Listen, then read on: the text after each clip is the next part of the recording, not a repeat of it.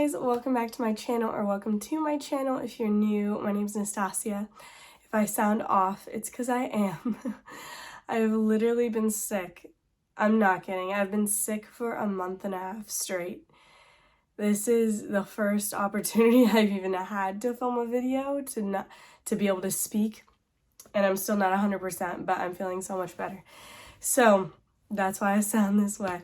But I'm happy to be here today, and I wanted to talk about something that I think is super important, something that I think if I'm experiencing stuff like this, then I'm sure other people are too. Hope that this can bring you some comfort knowing that you're not alone. So before we get into it, if you end up liking this video, give it a big thumbs up. Don't forget to subscribe if you want to see more videos from me. And yeah, let's get into the video. First, I wanted to shout out our sponsor. Thank you to Sola Flowers today for sponsoring today's video. Let me show you something. At these beautiful bouquets of flowers. Look at them. They're made out of wood. Isn't that crazy? Look how gorgeous this is. So Sola Wood Flowers specialize in creating beautiful arrangements like this, made out of wood. So it's something that you can keep forever. They always will look like this, obviously, and they have a ton of colors. This is really incredible I just think they're beautiful to have in your home anyway.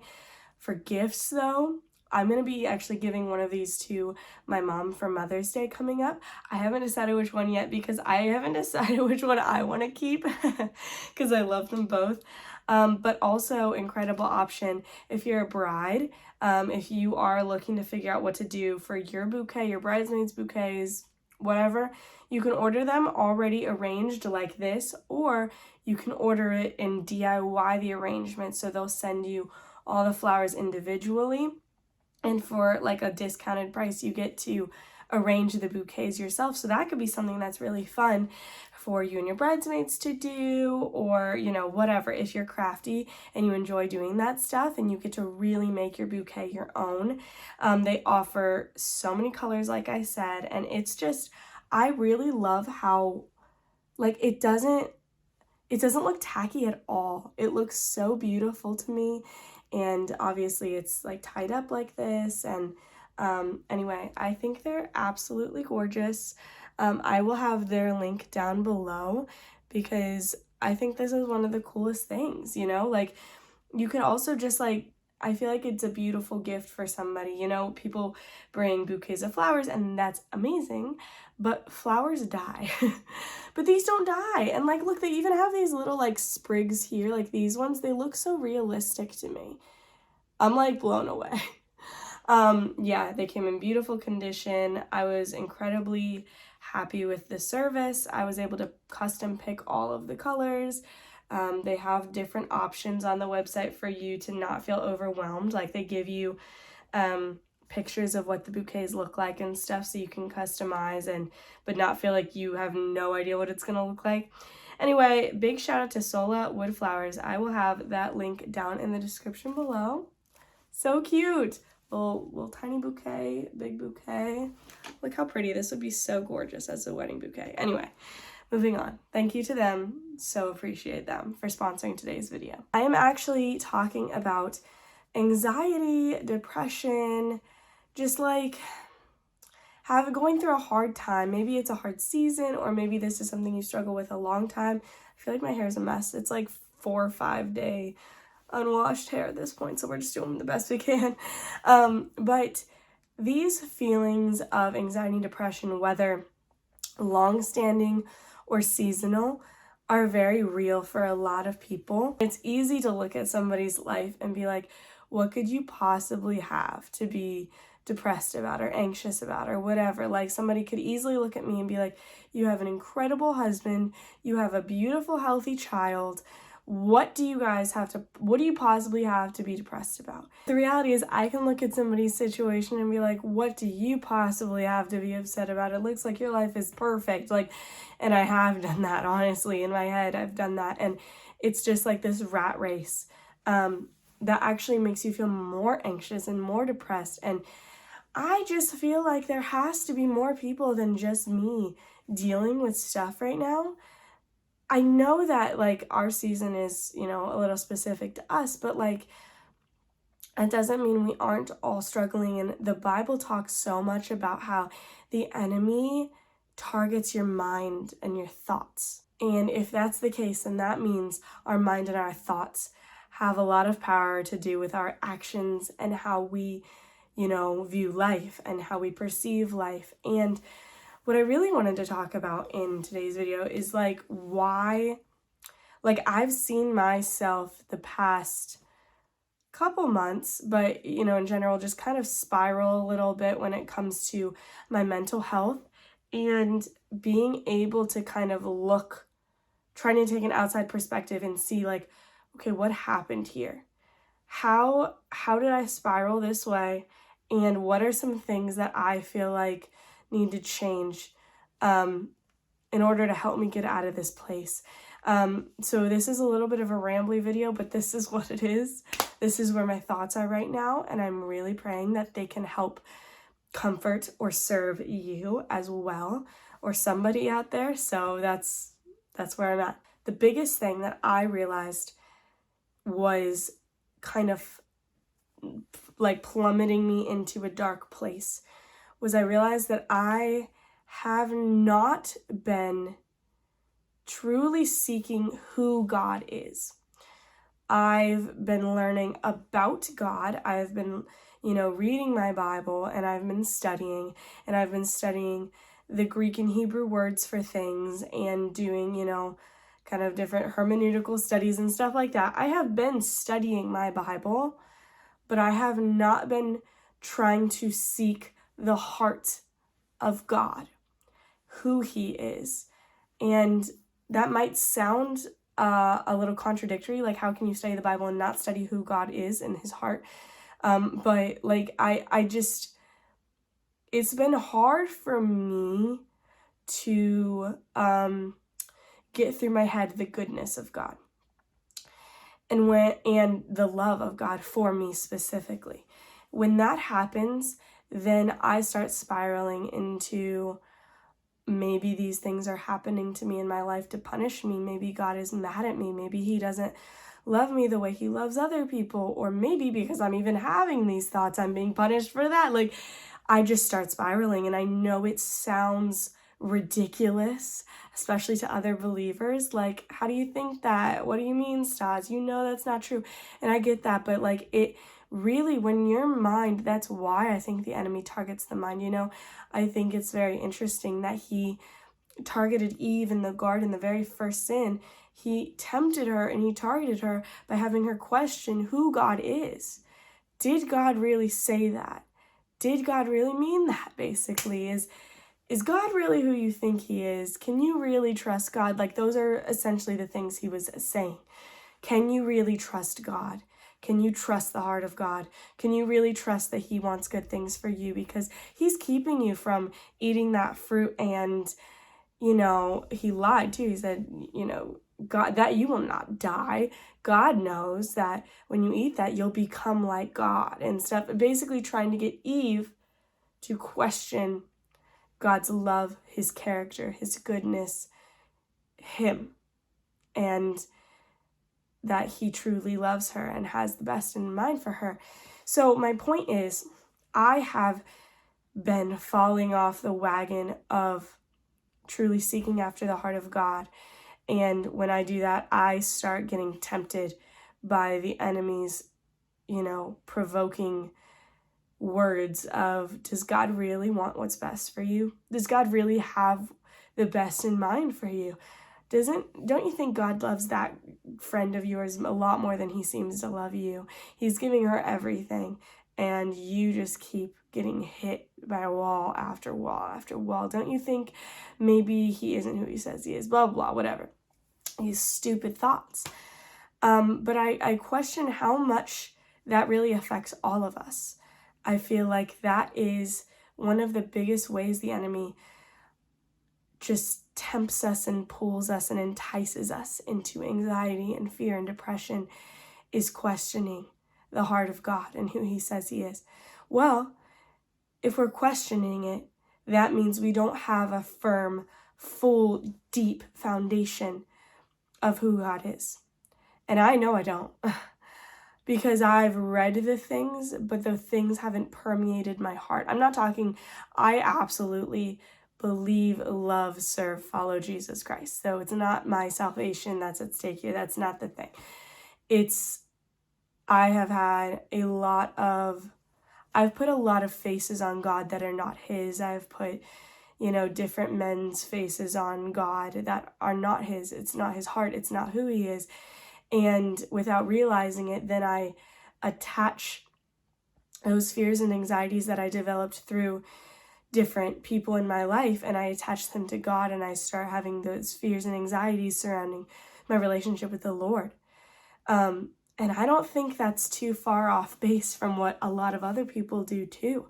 I just don't think people really talk about it. People just think, oh, I just need to pray more. I just need to get my Bible more. I'm just not good right now. I'll get better, whatever. And it's not that those things are wrong or bad. You probably do need to pray more. You probably do need to get in your word more. But I think more than that, we need to truly be praying specifically. Like, I need to be praying specifically that God would reveal his heart to me more, that I would taste and see that the Lord is good. I think that verse is really interesting too, that God knows us so well. Like, I'm over here feeling like I don't know. I know him, but like feeling like I don't know him right now because I'm in such a dark place. But he knows me so well to know that I have to taste and see that the Lord is good. I have to taste. And we're so forgetful as humans. We doubt so much that we have to over and over and over taste and see that the Lord is good. But I think we disregard the fact that we can ask God for help. We can ask him specifically, help me to taste and see that you are good. Because I know up here that you are, but I need my heart to align. Or I know deep in my soul that you are, but my thoughts aren't aligning. And I need to taste and see. I need both of those things, and I need you to help me, because otherwise we can't. And that was a place I got to this morning, was just praying to the Lord. And Kai was telling me last night or this morning, I don't remember, I was so tired. One of those, he was telling me, you need to surrender all of this to God. You need to surrender it. And I said, right now, I feel like I don't even know how. Like, how? And he was like, I don't know. And it really comes down to, if you are somebody right now who you are in that same boat of, I don't even know how to surrender. Like, that's another action step that I don't know how to do. This is what I did. I wrote down all my prayers. I wrote down all my feelings to God. I wrote everything down. I wrote how I felt like I don't even really know myself right now, because I've just been in this spiral for a while. And I said, I can't do anything to pull me out of this hole. I can't do anything to change my brain at this point. I can't do anything to change my circumstances of this season. I can't pull myself out. I can't do anything. Like, white flag waving. I can't do anything. And I need you to do it. You have to do it, because I can't do it. And it was that sense of, like, no, it's not just like, oh, I can't do 99% of this, but I can do this one. I can't do any of this. I can't. And that, it was like this ding. It was like this light bulb in my head of surrender. Like, it is as simple as it seems. It's simple. It's not easy, because as humans, our first like immediate reaction is control. We want to take everything. I think that's another reason, Adam and Eve. Our first reaction is control. And so to surrender, to say, I have utterly no control. I have none. And I can't. And I'm not going to try to anymore. And you have to. You have to, God. You have to. I can't. That is surrender. It is simple. It is exactly what the word means. It is giving it all to God. And the cool thing about surrender is that you can do it when you're at the top of the mountain in the best season of your life, and you can do it at the bottom of the reef, the bottom of the sea floor, about to die in the belly of the whale. You can do it in all those places. There's not a cookie cutter way to surrender to God.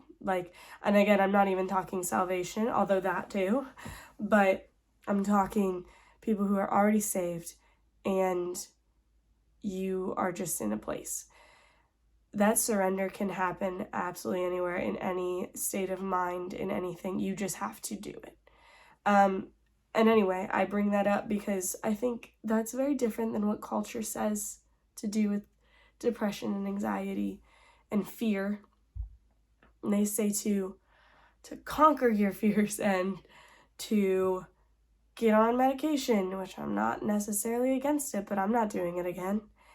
And to get outside and stay busy, and all those things are good things, but you're not going to find in Teen Vogue magazine that you need to surrender to God in your times of deep anxiety and fear and worry and depression. Because it seems countercultural. It is countercultural. It's not be the queen of your own life and realize your confidence in yourself. It is surrender to the feet of Jesus and pray and ask him to fix your brokenness. And the Bible calls us broken vessels, and that's okay.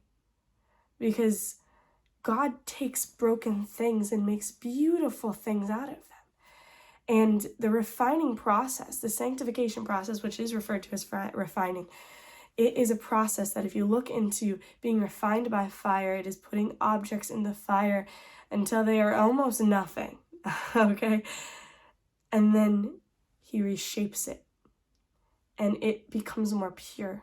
The gold, it all becomes more pure, whether it be gold, silver, whatever, it purifies it. It gets the impurities out, and there is a certain level of heat that has to be done to get even the tiniest, the last bits of impurities out, and it has to be done. And culture's not going to tell you to do that, but that is what must be done. And if we are seeking the heart of God truly to our core, then I believe there is a way to be in the midst of the refining fire, the deepest refining fire, and have the highest joy you've ever had in your life. And I believe that there's a way to be, if you're not seeking the heart of God, to be on the highest mountaintop season, to have everything you've ever wanted and be the darkest you've ever been. I think both those are possible. And so I don't want to waste any season. I don't want to waste any time. I know one day I'll get out of this season. I know one day my husband, my baby, and I, we will be in a mountaintop season of sorts. I believe that. And every season has to come to an end. And I don't want to look back and be like, wow, I was miserable for so long.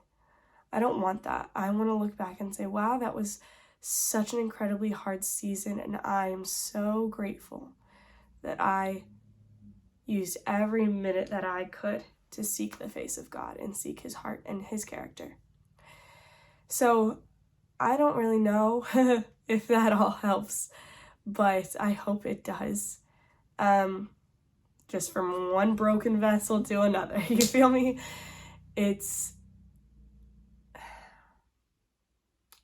really easy to see people online who seemingly have it all together, or they might have a lot together, because a lot of people, I don't think, speak about the struggle they're going through while they're going through the struggle. I think we don't have a lot of real-time viewership of that. Or if we do, it's usually from an immature place, and I hope I'm not coming from an immature place. I think it's rare to be coming from the muck of the dark season and just be there to sit with other people going through it too, who love the Lord. So I hope I can be that. And I hope we can all seek the character and the heart of God together. And seasons come to an end. All of them. Even the really hard ones. There is a time and a season for everything. There's a time for mourning. There's a time for dancing. And he turns our mourning into dancing. And that's what I hold on to. That even when my heart or my head or whatever aren't aligned, one of those parts of me knows that he will turn my mourning for dancing. And the flowers will bloom again. And warmth will come. And it might be a hard time, and it might be hard to grasp onto hope, but it's there. And I think that's another reason I want to make this video is it helps me when other people are going through things and they are fighting. They're fighting. And I want you to see me fighting so that you can keep fighting. I really want that for you. Because we're together.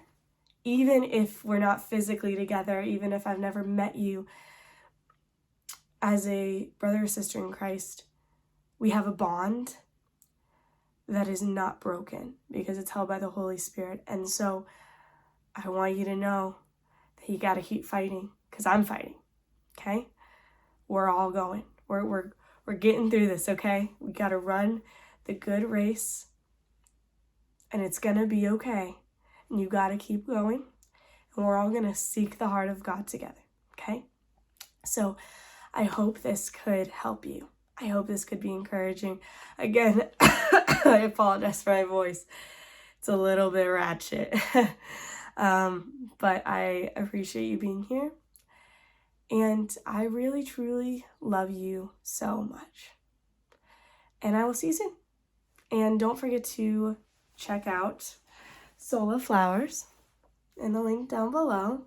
Add some beautiful flowers to your life that will never die, especially if you're going through a hard season. What a beautiful, beautiful reminder of the eternal hope of Christ with flowers that will never die. Sorry, a little cheesy, but I really do care about you guys, and I will see you soon. Bye.